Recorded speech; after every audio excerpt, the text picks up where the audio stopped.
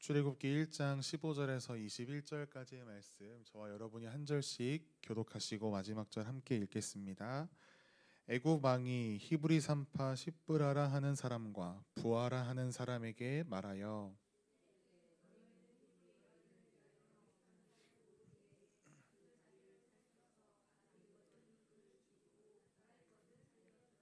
그러나 산파들이 하나님을 두려워하여 애굽 왕의 명령을 어기고 남자 아기들을 살린지라.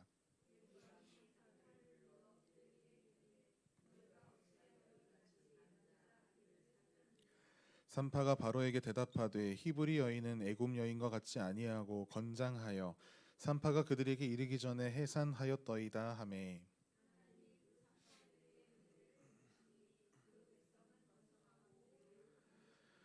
그 산파들은 하나님을 경외하였으므로 하나님이 그들의 집안을 흥왕하게 하신지라. 아멘. 하나님을 경외하는 사람이라는 제목으로 오늘 말씀의 은혜를 나누기를 원합니다. 우리는 살아가면서 수많은 두려움과 마주합니다. 어떤 이들은 불확실한 미래 때문에 두려워하고, 어떤 사람들은 경제적인 어려움 가운데 두려워하며, 어떤 사람들은 사람들의 시선과 평가를 두려워합니다. 특히 현대 사회는 더더욱 사람을 두려움과 불안 속에 밀어넣는 것 같습니다. SNS를 열어보면 사람들이 여러 불특정한 다수에게 관심을 얻고 반응을 얻고자 여러 사진들과 여러 글들과 여러 영상들을 게시합니다. 하트가 몇 개 눌리느냐에 따라서 내 하루의 기분이 어떠한가가 좌지우지 됩니다. 하트가 평소보다 적게 눌리면 불안하고, 남들이 하는 것 내가 하지 못하면 또 그것 때문에 불안해합니다. 직장 가운데 상사의 평가, 회사의 평가에 불안하게 하고, 학교에서는 학생들은 친구들의 시선 때문에 불안해합니다. 신앙생활을 하면서도 우리는 옆 사람과 비교하고 눈치 보며 불안해합니다. 내가 이렇게 말하면 나를 이상한 사람으로 생각하지 않을까? 내가 믿음 지키면 너무 손해보지 않을까? 내가 정직하면 불이익 당하지 않을까?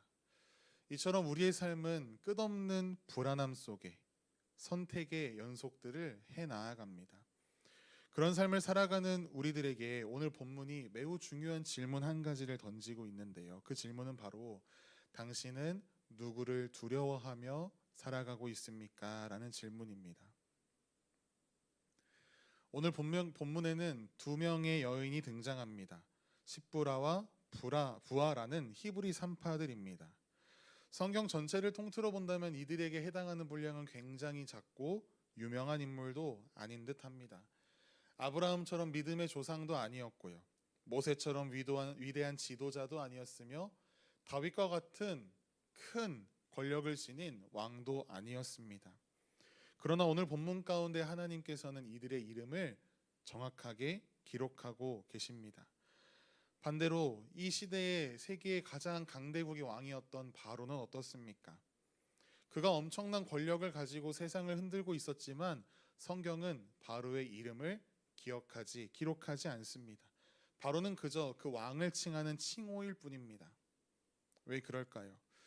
하나님께서 중요하게 보시는 것은 세상의 권력이 아니라 하나님을 경외하는 믿음이기 때문입니다. 오늘 우리는 본문 가운데 십브라와 부하의 모습을 통해 하나님을 경외하는 삶이 무엇인가에 대해서 말씀의 은혜를 함께 나누고자 합니다. 첫째로, 하나님을 경외하는 사람은 세상의 명령보다 하나님의 뜻을 우선하는 사람입니다. 오늘 본문 15절과 16절 말씀을 함께 읽도록 하겠습니다. 애굽 왕이 히브리 산파 십브라라 하는 사람과 부하라 하는 사람에게 말하여 이르되 너희는 히브리 여인을 위하여 해산을 도울 때에 그 자리를 살펴서 아들이거든 그를 죽이고 딸이거든 살려두라. 애굽 왕 바로는 히브리 산파들에게 명령합니다. 남자아이를 낳거든 죽이고 여자아이가 태어나거든 살려두라. 이 명령은 단순한 행정 지침을 넘어서 국가가 조직적으로 특정한 민족을 말살하려는 계획이었습니다. 왜 애굽의 바로 왕이 이런 명령을 내렸을까요? 우리가 지난주에 본문을 보아서 알고 있지만 이스라엘 백성들이 점점 번성하여졌기 때문입니다. 그로 인하여 애굽 사람들의 마음, 특히 이 바로의 마음이 점점 부담이 되어갔고 불안하게 되었습니다. 창세기에서 하나님께서 아브라함에게 약속하셨습니다. 근심하고 있는, 아들이 없어서 근심하고 있는 아브라함을 밖으로 데리고 나가셔서 하늘을 보게 하시며 내가 저 하늘의 별과 같이 너의 자손을 이 땅에 많아지게 하겠다. 그 약속이 그의 아들 이삭을 통해, 야곱을 통해, 요셉을 통해 애굽 땅에서도 계속 이루어지고 있었습니다. 이런 것을, 이 하나님의 일하심을 바로는 불안함으로 바라보았습니다. 하나님은 살리시려고 하나 바로는 그래서 죽이려고 합니다. 하나님께서 이스라엘을 번성시키려고 하시는데 바로 왕과 애굽은 그들을 억압하려고 합니다. 이것이 언제나 하나님 나라의 세상과 하나님 나라와 세상과의 충돌이다라고 지난주에 말씀드렸습니다.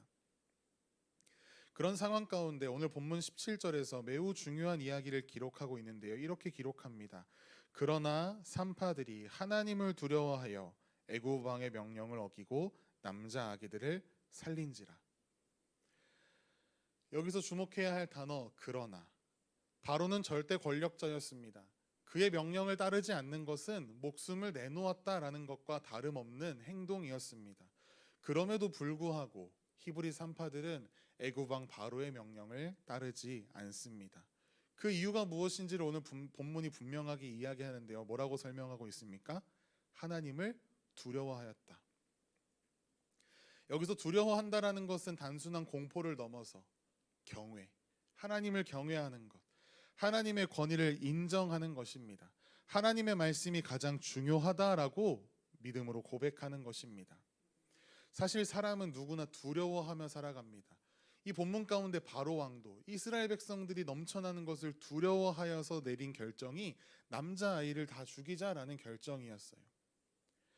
두려움 없는 사람이 되는 것은 불가능하다라고 생각합니다. 두려움 없이 살아가는 사람이 되어야겠다라는 것이 중요한 것이 아니라 우리가 이 세상을 살아가면서 무엇을 두려워하며 살아가느냐가 더욱 중요합니다. 바로를 두려워하면 남자아이를 죽이라고 하는 그 명령에 따라야 하는 것이지요. 세상을 두려워하면 이처럼 세상과 타협하게 됩니다. 그러나 하나님을 경외하면 우리는 오직 하나님의 말씀에만 순종할 수 있습니다. 정직하게 살면 손해보는 것과 같은 순간들이 우리의 일생 가운데 찾아옵니다. 신앙을 지키면 불이익을 받은 것처럼 그런 순간들이 있습니다. 그래서 그때 세상은 우리에게 타협하라고 이야기하죠. 그 정도는 괜찮아. 다들 그렇게 하는데 뭐 너만 손해본다. 그러나 하나님을 경외하는 사람은 그러한 세상의 이야기, 세상의 목소리보다 하나님의 말씀을 더 크고 분명하게 듣습니다. 성경 속에 다니엘이 그러했습니다. 그의 친구들 사드락, 메삭, 아벳느고도 그랬습니다. 신약 시대 가운데 사도들이 그러하였습니다. 그들은 한결같이 그들의 삶을 통해서 증거합니다. 사람의 말보다 하나님의 말씀에 순종하는 것이 마땅하다. 성도 여러분, 과연 우리의 삶 속에서 우리를 가장 두렵게 하는 존재는 무엇입니까? 누구입니까? 사람입니까? 세상입니까? 아니면 여호와 하나님이십니까? 하나님을 경외하는 것이 모든 신앙의 출발입니다. 하나님을 경외하는 사람은 세상의 큰 압력 속에서도 하나님의 뜻을 믿음으로 용감하게 선택할 수 있습니다. 하나님은 거대한 권력을 가진 사람보다 자기의 맡겨진 자리에서 신실하게 순종하는 사람을 찾고 사용하십니다. 우리가 이 시대 가운데 하나님을 경외하고 하나님을 두려워하는 그 믿음 가운데 하나님의 뜻을 우리의 삶의 가장 최우선으로 삼고 살아가는 하나님의 사람들 모두가 되기를 간절히 소망합니다.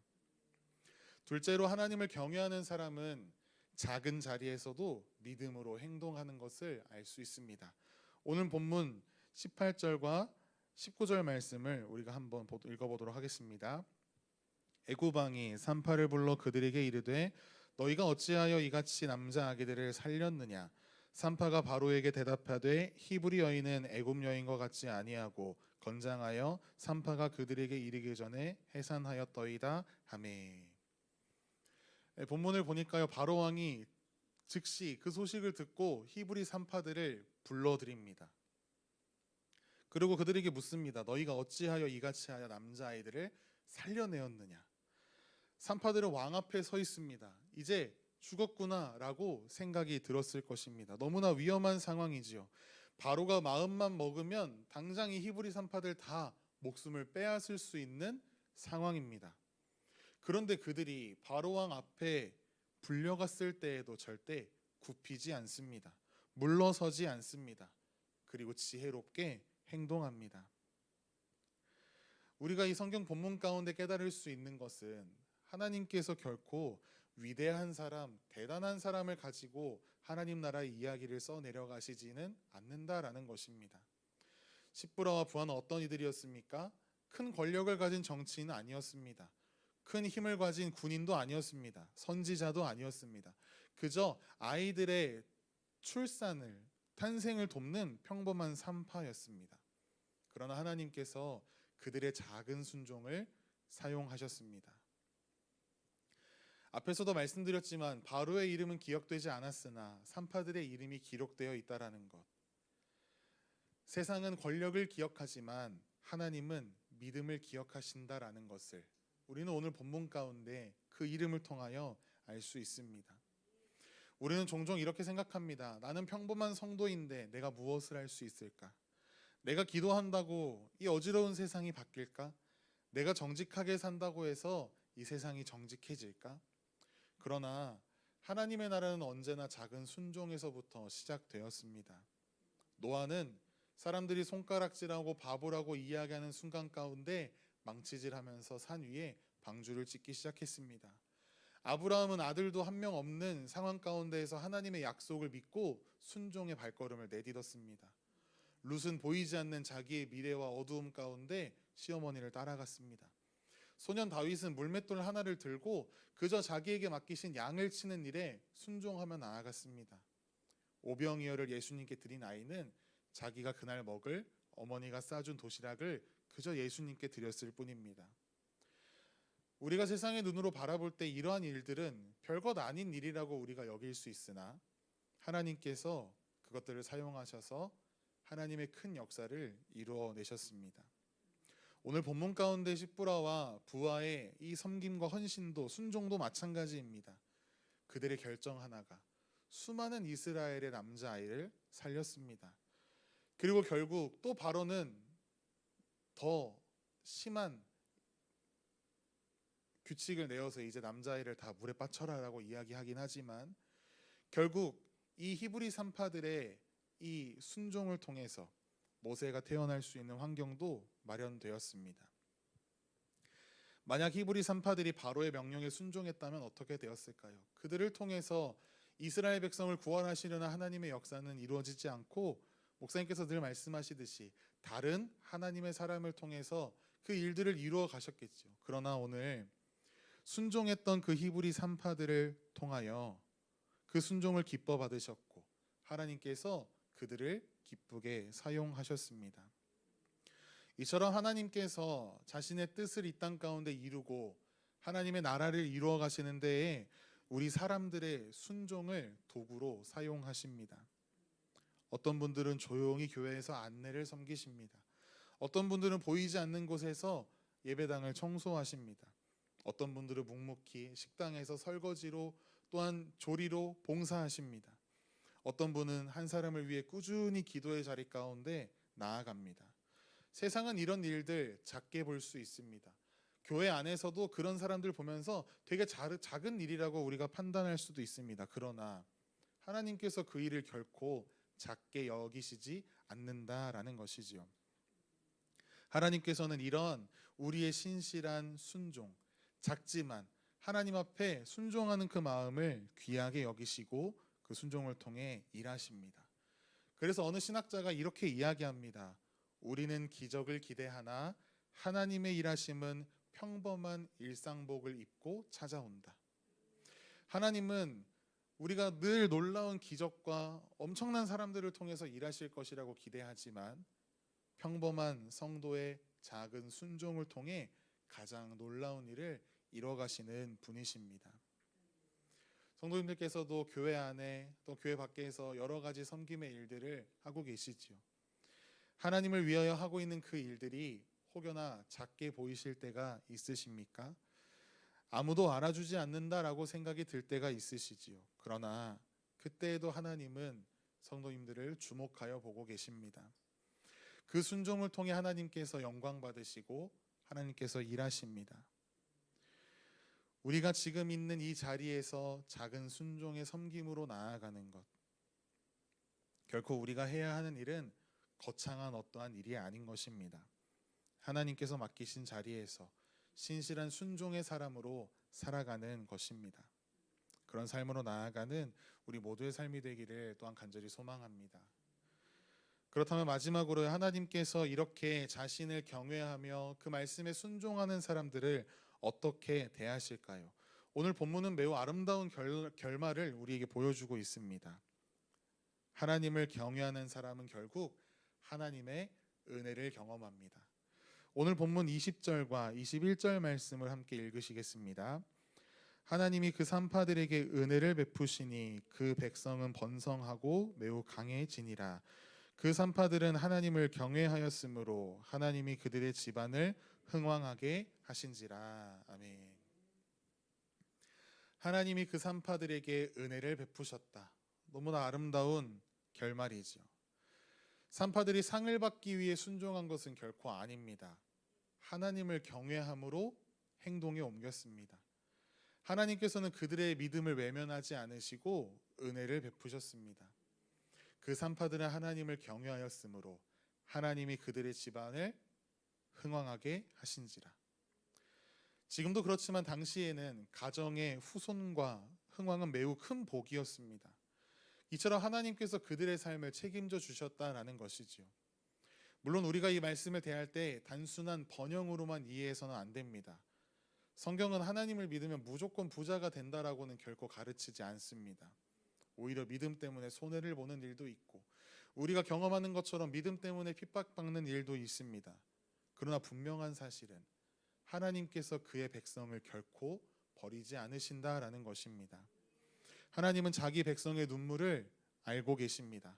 순종의 수고를 기억하십니다. 기도를 들으십니다. 섬김을 받으십니다. 그리고 가장 좋은 것으로 우리에게 갚아주시는 분이십니다. 그래서 히브리서 11장은 믿음의 사람들을 소개하면서 이렇게 증거합니다. 하나님은 자기를 찾는 자들에게 상 주시는 이심이라. 이처럼 하나님은 너무나 신실하신 하나님이십니다. 세상 사람들은 약속을 잊어버립니다.